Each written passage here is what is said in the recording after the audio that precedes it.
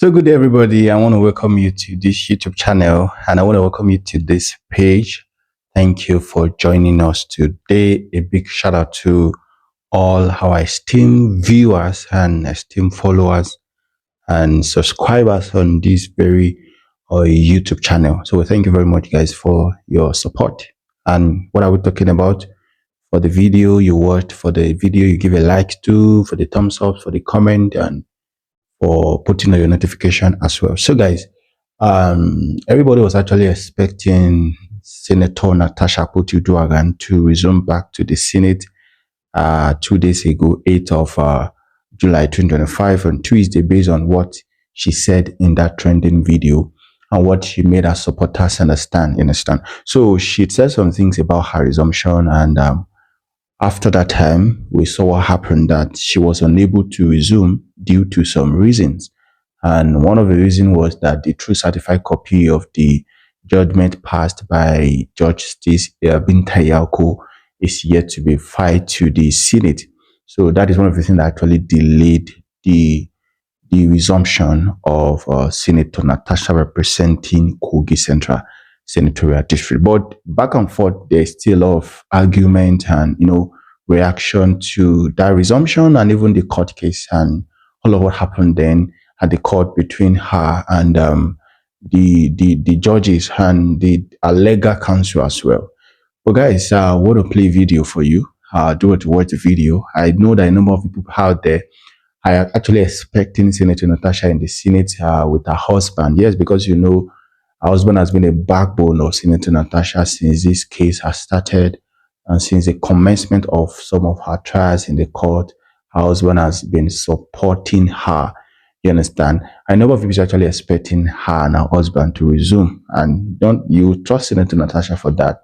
The day she will finally resume to the Senate, you're gonna see her and her husband. But let me play this video to you, to what was said here in respect to all of the suspension and even the resumption of Senator Natasha, with all of the arguments and back and forth reactions out there about the resumption of Senator Natasha. Not only that, I make you guys understand, I uploaded a video here about our recent visit to our constituency and some of the projects she inaugurated and every other thing she did to ensure that there's proper representation of our constituency in the 10th Senate, and most especially our constituency project that is being inaugurated in Kogi Central Senatorial District. So let me leave you to the video.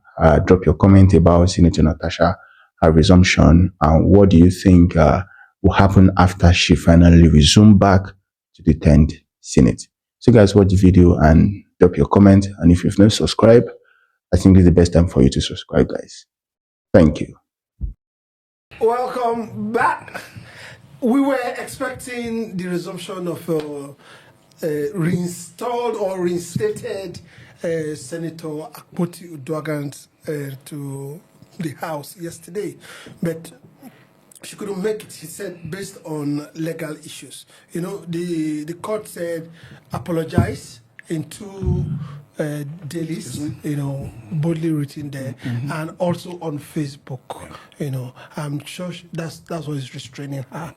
But she couldn't resume yesterday. But there's something I said when this judgment came out.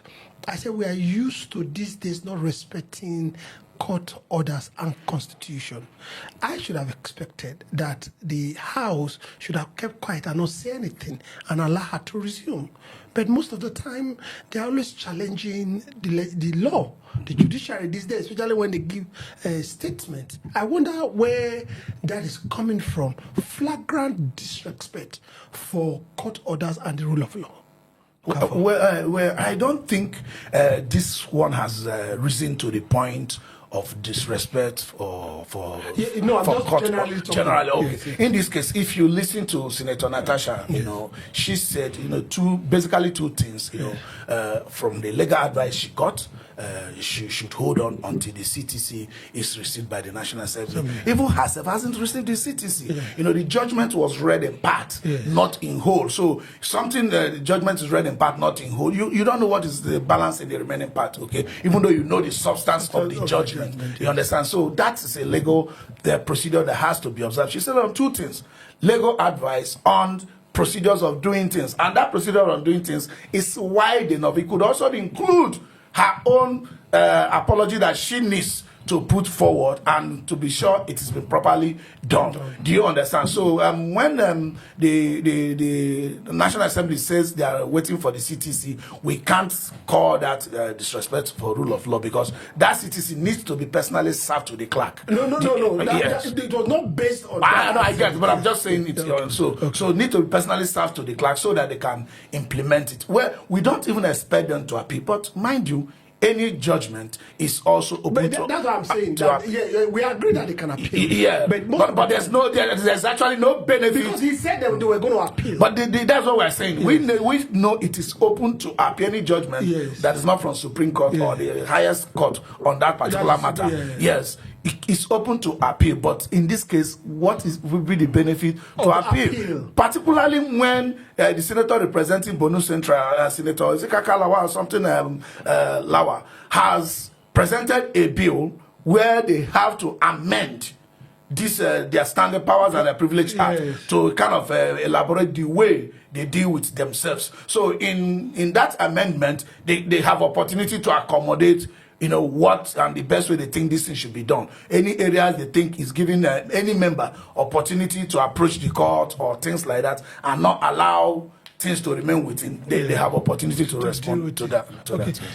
Now, of course, you already heard what Okafor said on these issues, But I said that if you give me the opportunity to look at most of the time the rule of law, I'm not saying they are disrespecting the right now, disobeying it, but these days, most people don't listen to the rule of law. Not just only the National Assembly.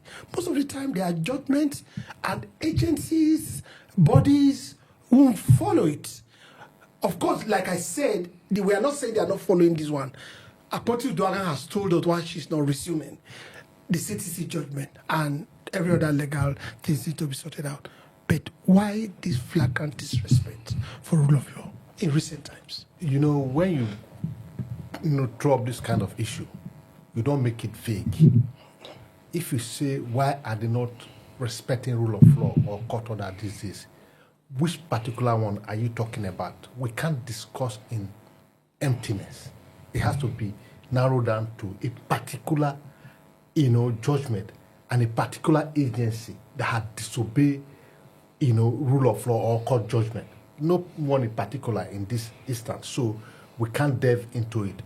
Coming to the issue of Natasha,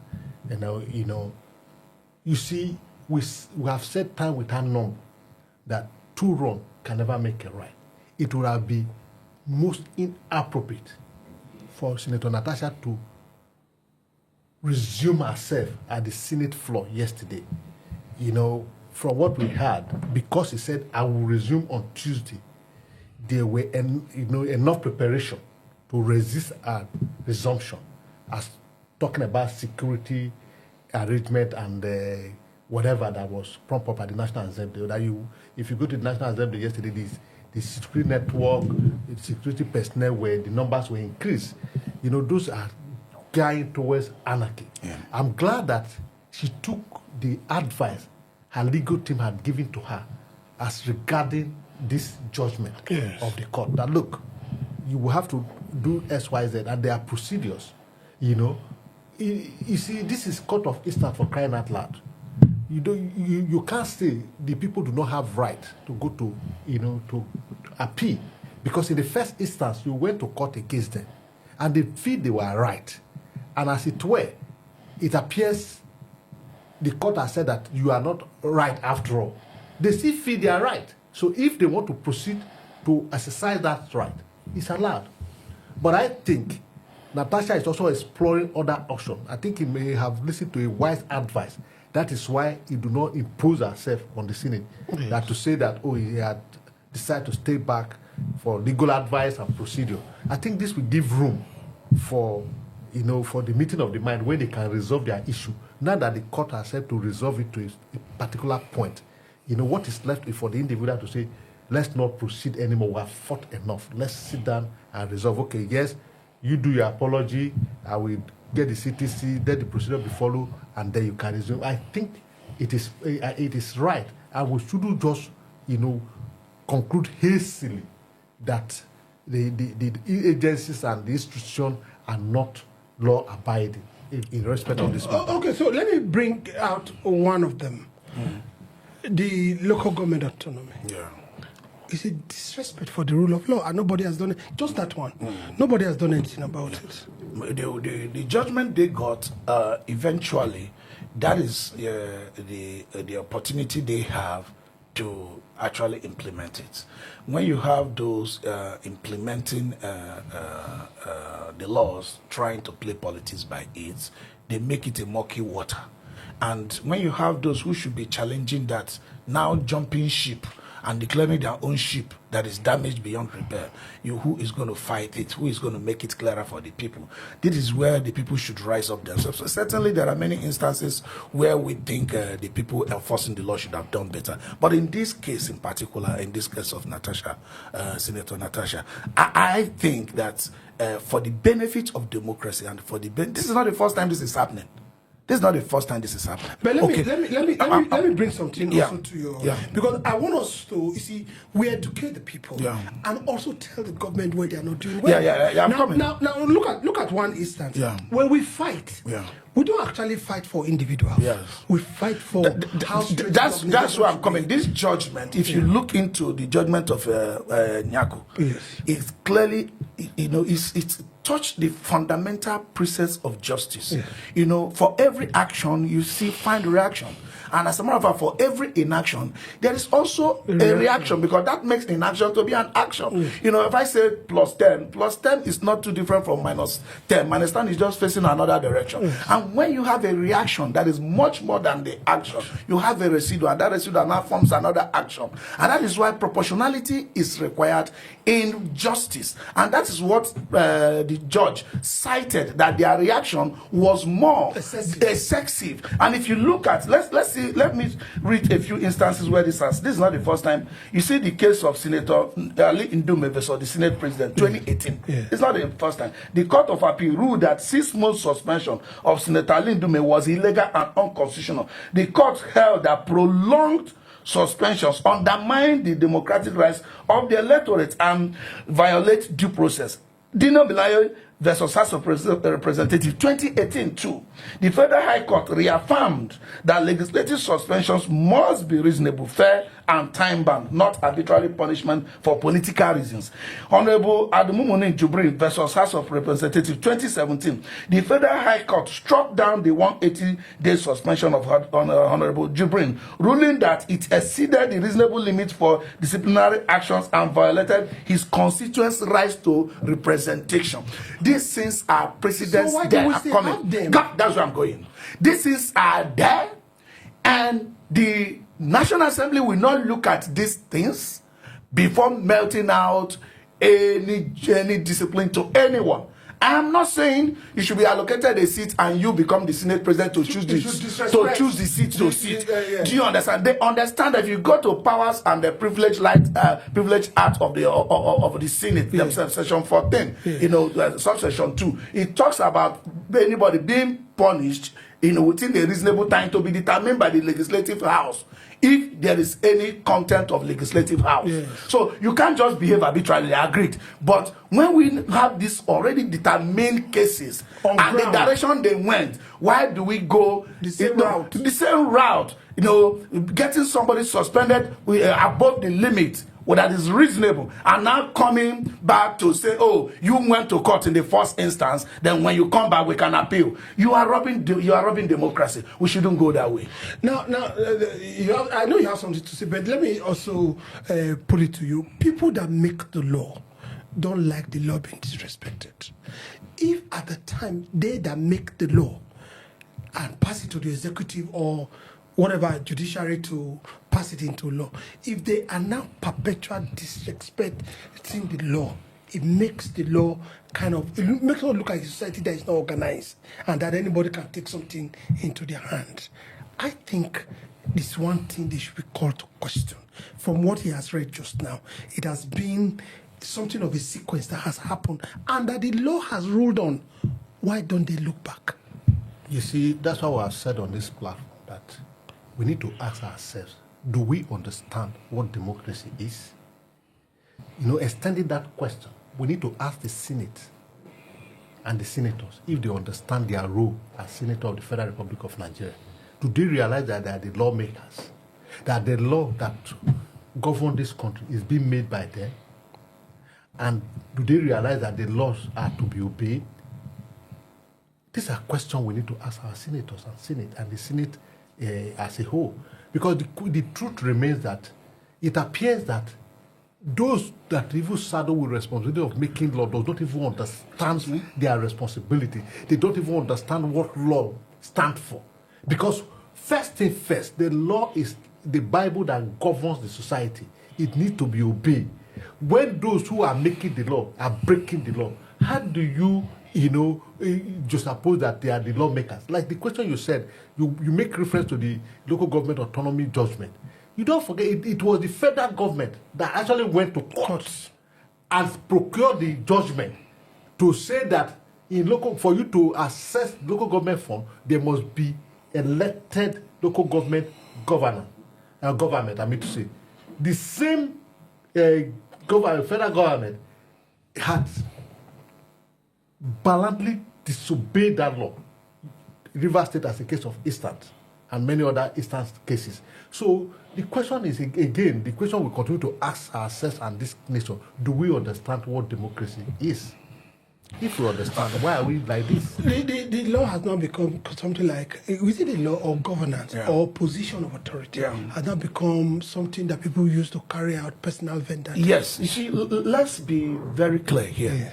They said it's only God that gives you what you didn't ask for, that the judges don't do that. But sometimes they do. Sometimes they do. That's the truth. Because they come to punish you sometimes, After all, Natasha was billed 5 million naira as part of punishment. Nobody asked for that. No. So the judge has become God in that matter. The truth is, I think why the judgment was very, very fair, very fair. She was too lenient with the National Assembly. You have all these cases. No matter what caused them, all of them culminated into suspension beyond limit. You have all these decided cases. The judge should assume the position of the judges that rendered this judgment. Because it's the same judiciary. You have all this. You are still going ahead to do this kind of thing. There should be charges against the people that got this personally. Because do you know why they continue to do this? I gave this example the other day. A police officer can abuse rights. You now take the police to court. When you win, the police institution be the one to pay you damage. With tax money. With tax money, which is also our own money, your own fractionally being included. Without that officer personally suffering for it. If that officer is to personally pay for it in some form, this abuse of power is power abuse. Let's not try to paint it. It's a power abuse because there are decided cases. So you could follow precedent. It's not an unknown territory. Why do that? Why do that? The judge should have punished them in some form. Whether they end up obeying it or not, let's have it in papers. That at one time it happened. Parting words. Well, I will say this again, that Nigeria is a project in progress. Nigerian democracy is a project in progress. We hope that we'll have that one good head one day that will lead us out of this wilderness. Because truly, we're a wilderness. This is a banana republic. The laws are not respected. They are not obeyed. Those who are even making the law do not even understand what they are doing. So we are hoping that one day things will shape up with the man with the good head that will lead us out of this wilderness. That's your mantra. Okay, and at this table, we try to deal with institutions and laws and not personalities. But these personalities are the ones that operate these laws. So at one form or the other, we will call out these personalities. We have to leave the veil. But basically, what we do is to make sure the institutions are well built so that as you get yourself filtered into the institution, you act according to the institution structures. And that's what we do.